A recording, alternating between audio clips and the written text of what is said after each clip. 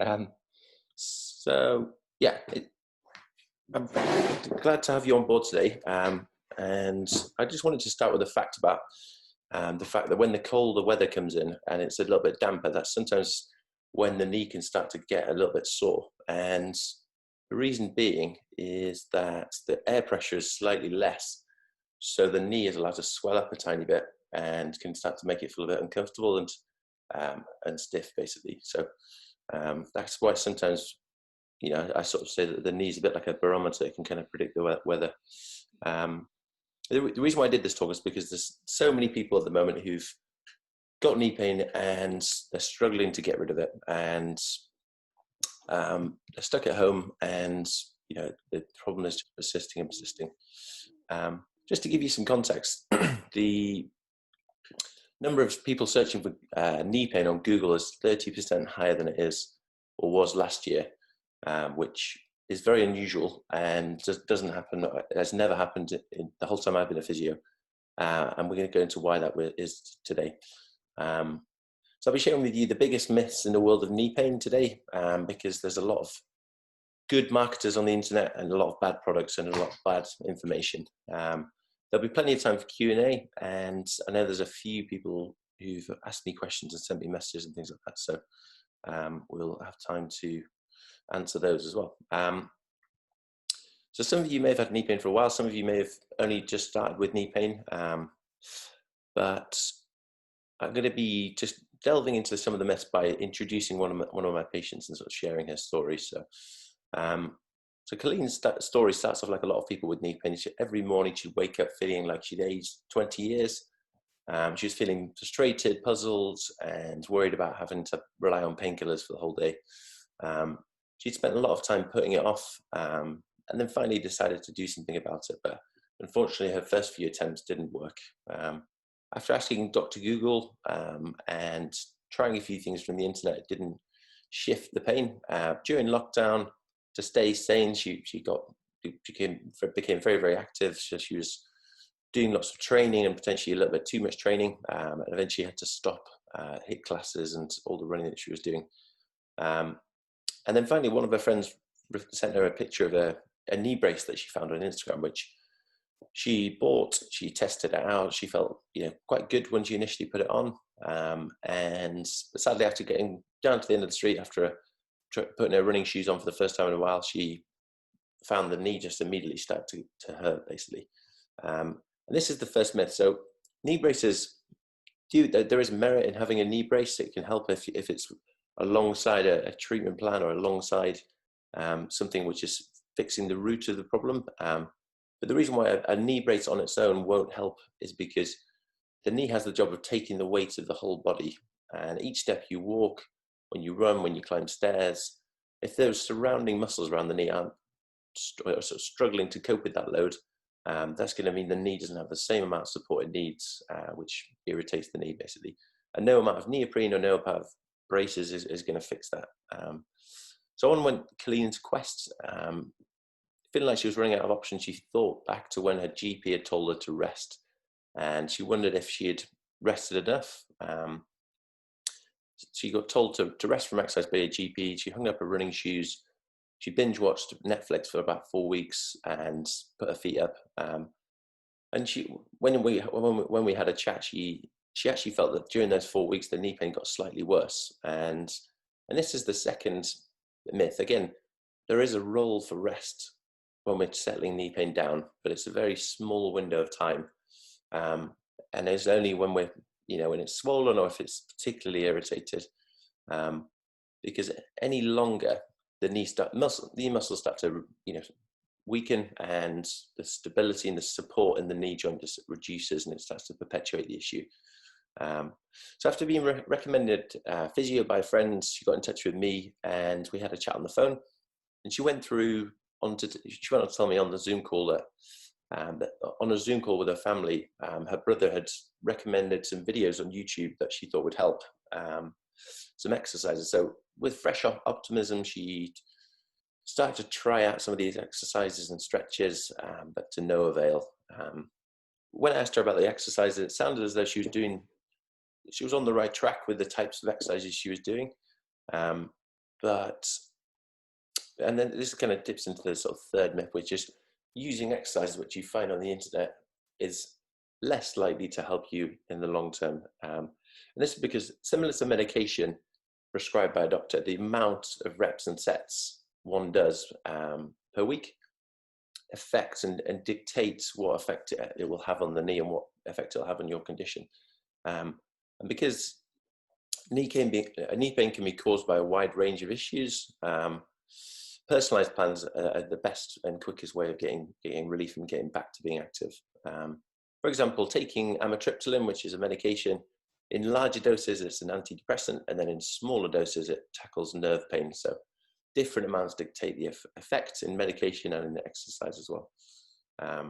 So then she went on to tell me that her friends had noticed her walking funny. She kept being told that she was always going on about her knee. And then she said at one stage she thought she had arthritis, and she started to Google what supplements she should be taking. And this is another misconception. Often this can be one of the things that people sort of go to when they've had a problem for a while. But supplements and extracts and things like that are better for wellness. So they're more for keeping you well, not necessarily for when there's a problem. It's less of a curative kind of formula or curative strategy. It's more of a staying well type of strategy, basically. And once a problem set in, it's might be very, very tricky to get you back to being active. Just rely on supplements, and they're also can be very expensive. And some of the claims and some of the things you see on the internet are normally from a .com website, which therefore means they're trying to sell you something.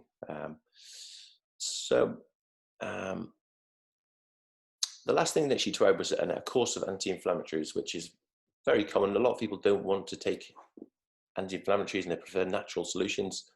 But she did actually take a course of anti-inflammatories. She found it took the edge off her knee pain, it settled it down quite nicely. But the all too familiar feeling of disappointment reappeared after she had finished the course, tried to go running and exercising and being active again with her friends.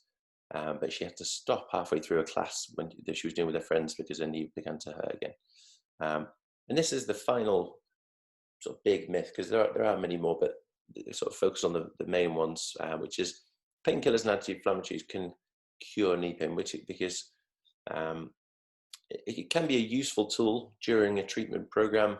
But again, if it's stopping you being active, that's normally a sign that it's the muscles around your knee which need to be stronger, or there's some kind of movement issue which isn't going to be sorted out with anti-inflammatories. But it is useful sometimes if you're really struggling to move, or say if it's affecting your sleep, then that's probably the few times that I would link in with the GP or the pharmacist to work on using those, basically.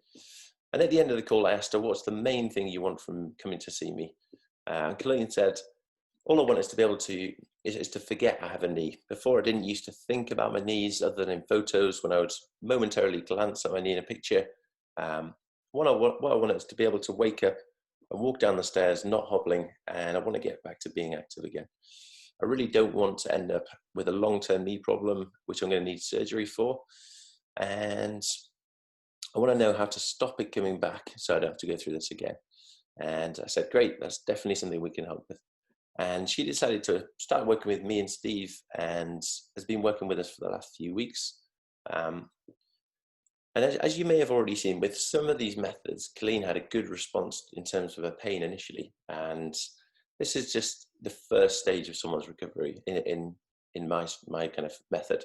The method I use is a 3-step method, which I call the back to active plan. And once we've settled the pain down, the second stage is where we start to treat the root cause. And this is basically the reason why the knee pain started in the first place.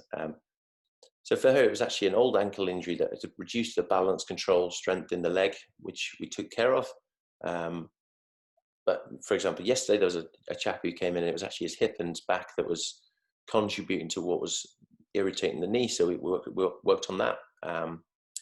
And that's why it's the kind of personalized side of things is really important. And then the final step is prevention. So this is where Colleen returned to running classes and being active again, with some new do's and don'ts that we advised her on to stop the problem recurring, basically. So fast forward to now, Colleen's back to running every day. Her knee pain is gone. She's looking to maybe do a half marathon at the end of this year or maybe next year. She's forgotten she has a knee again, and despite continuing to do some of her rehab exercises and running slightly differently, she, based on the coaching that we did with her, she no longer wakes up worrying about her knee, and she's back to feeling very optimistic. So I wanted to keep it quite succinct with the kind of myth busting, and open the floor to any questions. There's a couple of people who have emailed me as well. No, that all makes a lot of sense. Cool.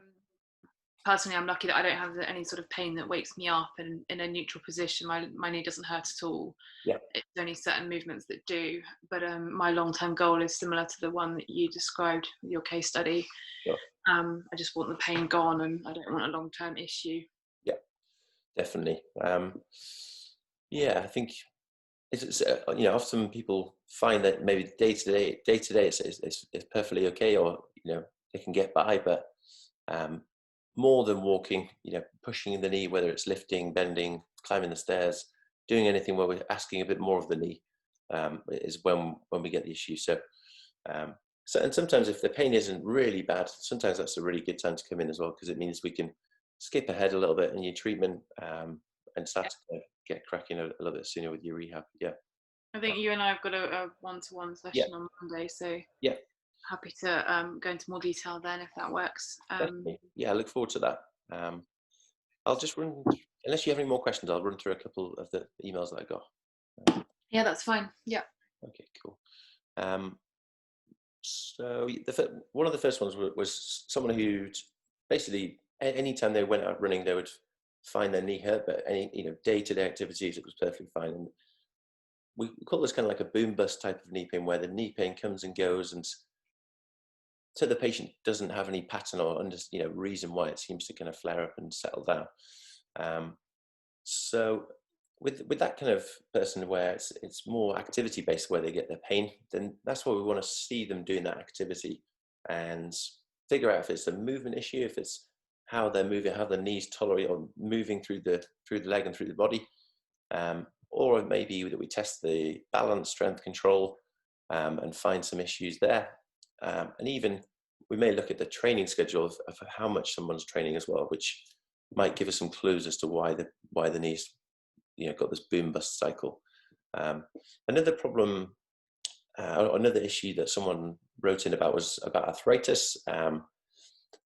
And basically they'd had an x-ray, and they said the radiologist had written age-related changes in the knee, and they're only in their 30s, and it's quite alarming when you have this kind of x-ray and you get told that there might be arthritis or I can't remember, the joint lining reduction and things like that. So what's important to know as a physio who's been a physio for 8 years, nearly 9 years, anyone who's over the age of 25 will start to show age-related changes in the knee, and the radiologist will write age-related changes in the knee. And that's the case for people who don't have knee pain. They've done studies where they've x-rayed healthy knees, people without knee pain, and they've had very similar presentations to people with knee pain. So that means that the vast majority of knee problems tend to be more movement related, and there's a saying which is kind of treat the man, not the scan. And only when a knee is arthritic to the point where it's really inflamed and it's stopping someone sleeping and is very, very stiff, does arthritis tend to be the reason why the knee is sore. So it's much more commonly more of an irritation, which needs to be settled down, and we need to just build up that tolerance in the knee as well. And another chap asked about MRI scan. So I think maybe people who follow sport, immediately football players get an MRI scan, and they immediately get the diagnosis. But again, MRI scans give you a picture of the knee with you laid flat on your back in a scanner. And if you get your pain when you're climbing the stairs and you don't get it any other time, or you get it when you're sitting, or you get it when it's cold, then it's not really going to give us any clues as to what we need to treat. The only time an MRI scan is useful is when there's been a big trauma where potentially we're suspicious of a ligament tear or something like that. where the knee's very unstable or is locking or something like that. And there's what we call a surgical target, which is where we're suspecting there might be something which a surgeon may well be better at going in to sort out and stitch back together or repair whichever ligament is injured. But that's less than 5% of patients, and is very rare that we need to send someone for an MRI scan, especially if they haven't had any trauma. And the last question was about, kind of similar to what we were just talking about when is the best time to come in. You know, when you've got this boom bust cycle, you know, sometimes you're in a good spell and you think it's fine. And then other times people think it's better to come in when it's painful. But again, we can get the same level of assessment and diagnosis and understanding of what we need to do with your specific knee problem, even when it's even pain-free. Sometimes people come in and they barely have any pain, but we can see the movement issues that are present, and we can test the muscle strength, the balance, the control, and say if someone's ankle's super stiff or hip is super stiff, and that's irritating the knee, then we can find that as well, and we don't have to have knee pain to do that. So yeah, sometimes coming in when the pain's actually less is sometimes better, because it means we can skip ahead and do a bit earlier on, so we can get you cracking and pushing the knee a little bit in your treatment. So they're all the questions that came in. And yeah, I just want to kind of introduce you to the next, you know, if you like the idea of the talk and you wanted to have a one-to-one discovery session with me, which is where we'll talk about where you're at the moment and where you'd like to be and put together a plan of how we can get you there, then you could sign up for a free taster session, which I'll pop into the chat, or we can send it to you in an email. And it's a free session that we started doing a few years ago, because what we kind of feel is we want people to be 100% confident in working with us before they have to pay anything. And we kind of want them to be meeting us and making sure they feel perfectly comfortable working with us before going ahead with anything. And that's what that session's for. And we'll also be able to shine a bit of light on what might be the issue and what your treatment and what the assessment might look like as well. All right. Well, thanks a lot for joining me today. And for Ruth, who's left on the call, I thought I would show you my favorite knee pain exercise as well. So let me lower this down a little bit. So, and it's super simple. Simple ones are always the best ones. And so say if I've got left knee pain, I'm just going to point myself a little bit. Probably the best place to start would be to pop a pillow behind the back of your knee. And the good thing about this position is it's normally going to be perfectly comfortable in this position unless it's extremely irritated. So we're going to take the weight off the leg, and we're just going to isolate the quads, and we're just going to try and get them firing. So we're going to bring the foot up towards your head. I'm going to straighten the knee, and we're going to hold it for 5 seconds. And you're trying to tense the quad muscles as hard as you can, and then after 5 seconds, you're going to relax. And as long as that's comfortable, so you're going to kind of squeeze as hard as you comfortably can. We're going to hold that for about 5 seconds, and then I would probably do about 30 reps. So it takes quite a while, and have your favorite podcast on or something, because it's not the most thrilling exercise, but it works quite nicely. All right, so well, enjoy the rest of your weekend, and I will see you on